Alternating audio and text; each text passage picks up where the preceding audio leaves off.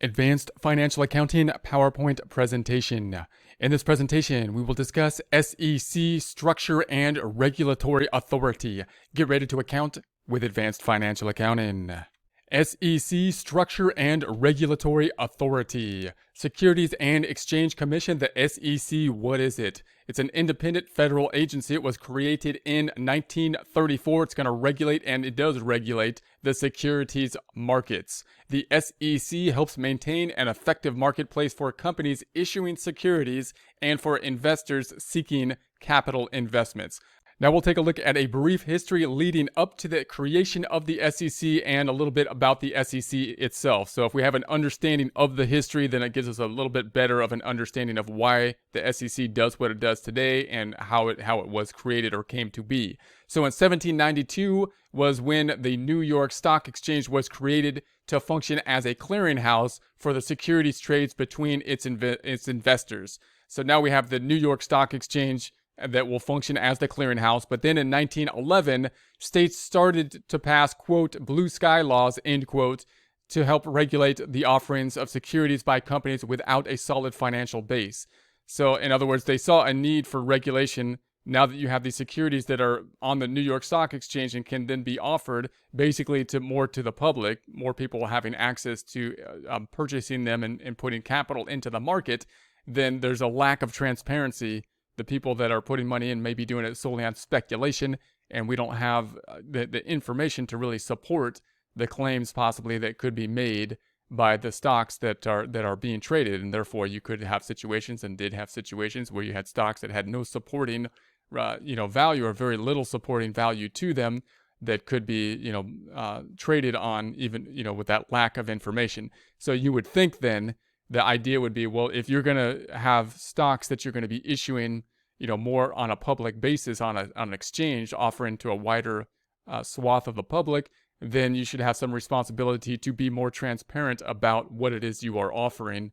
And so that would you could see a trend towards that. In the 1920s was a time of heavy stock speculation, and 1929 was the beginning of the Great Depression. So we had the Roaring 20s, and then of course the Great Depression in 1929, which lasted for 10 years or so, right? So then we got the Roaring 20s. Within the Roaring 20s, the stock market was going in that time period as well, and there's a lot of speculation that was taking place at that time, meaning people would often do things like taking large loans out possibly and then putting it into speculative stocks, which works as long as the stock market goes up. But if there is a crash in the stock market, then that becomes a huge, a huge problem, because they're going to be overly leveraged. So that's going to be part of the things that took. And then in the 1920s, in 1929, there was an economic downturn, and there's a ton of different effects that you can think about why that happened.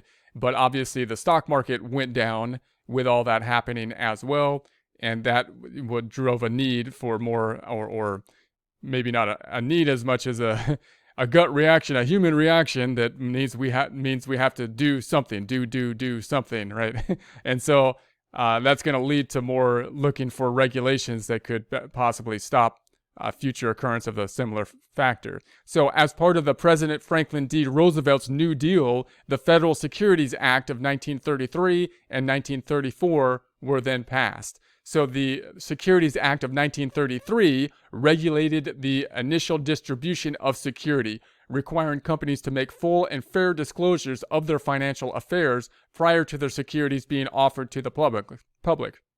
And you would think that would be reasonable, because again, if you're looking at from an economic standpoint, you want the two people that are involved in a trade to have transparent information. The more information they know about the trade, the more likely you're going to have two people come together and make a mutually good trade, which is what we would want from a market standpoint to increase basically market productivity. And to that point, up until that point, you could have misinformation, and the misinformation is ultimately, any misinformation ultimately leads to less trade, because people lose trust, and therefore you don't have an optimal market situation. So you would think if you want to put your stocks out there to be traded to the public, then you have to be transparent about what it is you're selling, and if you are, then you can have great benefits on that.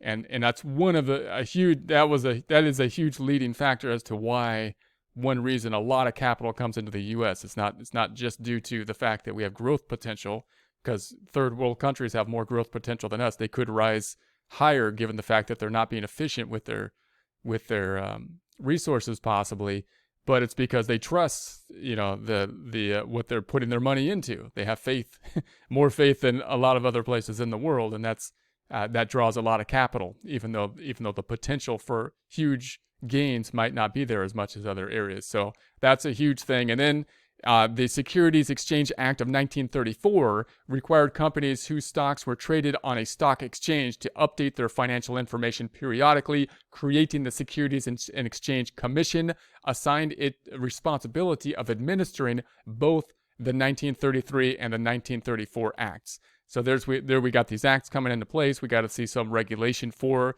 the acts that are taken into place. There we have now the SEC putting it into its responsibilities. Then we have the SEC has the responsibility to regulate trades of securities and to determine the types of financial disclosures that a publicly held company must make. So they're looking for that information. They're trying to make this. What they want to do is one of the goals you're looking for on the exchange is to make that transparent situation. You want to make it so that people want to be able to trade, they can have access to capital, and you want the people that have capital to want to do business on the exchange. How do you do that? Transparency so that people can see what they're doing and then make the decisions that they want based on adequate information to do so. So the more you can do that, from the more likely on a long-term basis, you're going to be drawing more capital than other people that might make short-term profits through deceit or something like that. More likely if you can build the trust on a long-term basis, you'll draw more in, and that's generally part of the goal here. So the SEC's role is to ensure full and fair disclosure. The SEC does not guarantee the investment merits of any security.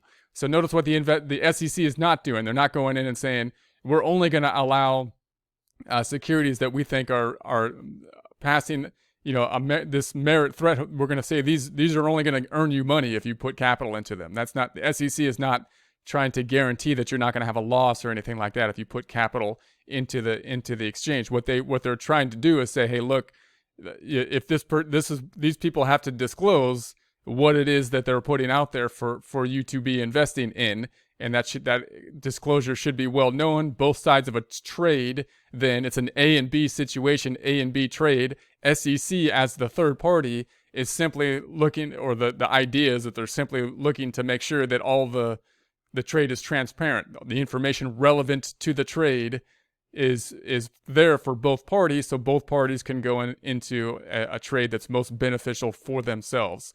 So Securities Act release number 33-8879, financial statements from foreign private issuers will be accepted by the SEC without reconciliation to U.S. generally accepted accounting principles, GAAP, if they are prepared using IFRS as issued by the IASB.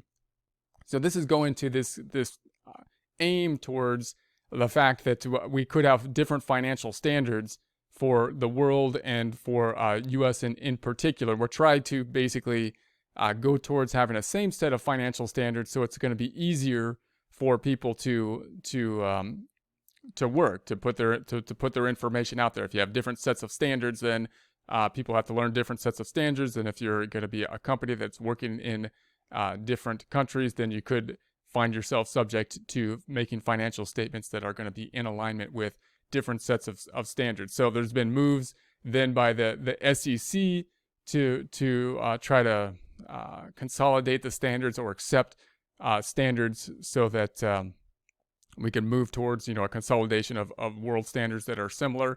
Obviously, when you think of standards that are going to be worldwide standards, it would be great if you had one set of standards, because then that would make it more comparable between different countries and whatnot. So that would make it a lot easier. But then you also, of course, have the question of, well, who's in charge of those standards? And if you make the standards one way versus another way, does it benefit a certain part of the world versus another part of the world and whatnot? So there's a whole bunch of concerns in terms of who's then's going to have control of any one particular standard. So there are pros and cons to it, but the clear pro of having one set of standards would be that you wouldn't have, there'd be more transparency, there would be more comparability, and you wouldn't have companies that would need to be making two sets of books using two different standards and whatnot. So we have the Securities Act Release 33-8831. If U.S. issuers are allowed to use IFRSs in their filings with the SEC, multinational U.S. companies operating in several countries could use just one set of accounting financial reporting standards for all their global operations. So that would be a huge benefit. That would save a lot of money. But again, getting there isn't as easy as you would think, because again, someone has control now. It's centralized. We have basically centralized in some way, the standards themselves, which is a little scary, because if they were then going askew, it's all in one place. But in any case, then the International Accounting Standards Board, the IASB, and the Financial Accounting Standard Boards, the FASB. Work has been done attempting to move toward a uniform set of accounting and financial reporting standards that could be used by all companies seeking financing through any of the world's major stock markets. So these are the International Accounting Standards Boards, the IASB, and the Financial Accounting Standards Boards, the FASB. Were working together to basically line up their accounting standards for the most part, and they were working towards that. It was moving along, but then it seems to have slowed down. So the goal has yet to be achieved at this point in time. So the SEC organizational structure, so the organizational structure of the SEC Division and Corporation Finance develops and administers the disclosure requirements for the Securities Act, reviews registration statements and other issue-oriented disclosures. We have the Division of Enforcement Action Direction. We have the Division of Investment Management, charged with regulating investment advisors and investment companies. We have the Division of Economic and Risk Analysis, combines financial economic data analytics into core missions of the SEC, and the Division of Trading and Markets, in charge of regulating national securities exchanges, brokers, and dealers of securities. Here's just some of the major laws administered by the Securities Exchange Act, the SEC, that you might recognize at least some of these. We have the Jumpstart Our Business Startup Jobs Act of 2012. We've got the Dodd-Frank Wall Street Reform and Consumer Protection Act of 2010. We have the Sarbanes-Oxley Act of 2002, Securities Investor Protection Act of 1970, the Investment Advisor Act of 1940, the Investment Company Act 1940, and the Trust Indenture Act of 1939. Securities and Exchange, the SEC regulatory structure. We have Accounting and Auditing Enforcement Releases, AAERs. These present the result of enforcement action taken against accountants, brokers, and other participants in the filing process. We have the Staff Accounting Bulletins, SABs, permits the commission staff to make announcements on technical issues that it is concerned with as a result of reviews of the SEC filings.